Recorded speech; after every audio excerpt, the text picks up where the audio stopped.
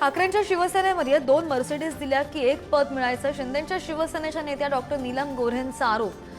गैरगुजऱ्यांकडे लक्ष देत नाही ठाकरेंनी आरोप थुडकावले. तर साहित्य संमेलनाच्या अध्यक्षांकडून सुद्धा नाराजी व्यक्त.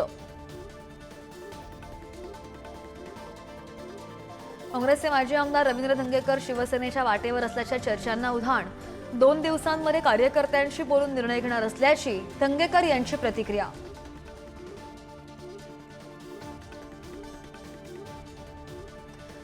नाशिकच्या काठेगल्लीसह द्वारका परिसरामध्ये जमावबंदीचे आदेश. 5 पेक्षा जास्त लोकांना एकत्र येण्यास मनाई. दर्गा अतिक्रमण कारवाईच्या अनुषंगाने आदेश.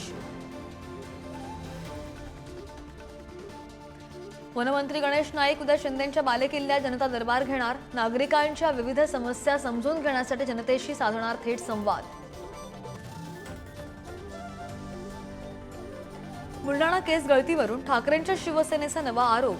सेलेनियमयुक्त असलेला गहू सरकारने जप्त करावा. केस गळती प्रकरणाला सरकार गांभीर्याने घेत नाही. ठाकरेंच्या शिवसेनेच्या जयश्री शेळकेंचा आरोप.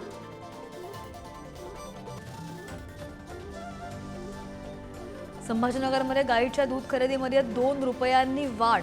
जिल्हा दूध उत्पादक संघाकडून निर्णय. तत्काळ अंमलबजावणीला सुद्धा सुरुवात.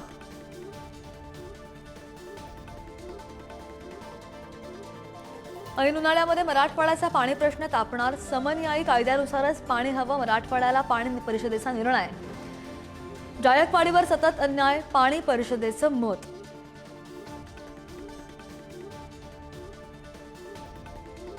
प्रयागराजमध्ये शेवटच्या अमृतस्नानासाठी महाकुंभात भाविकांची महागर्दी.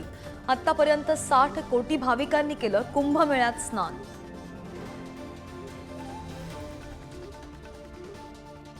दख्खनचा राजा ज्योतिबाची खेटे यात्रा सुरू. 5 रविवारी 5 खेटे घातले जातात.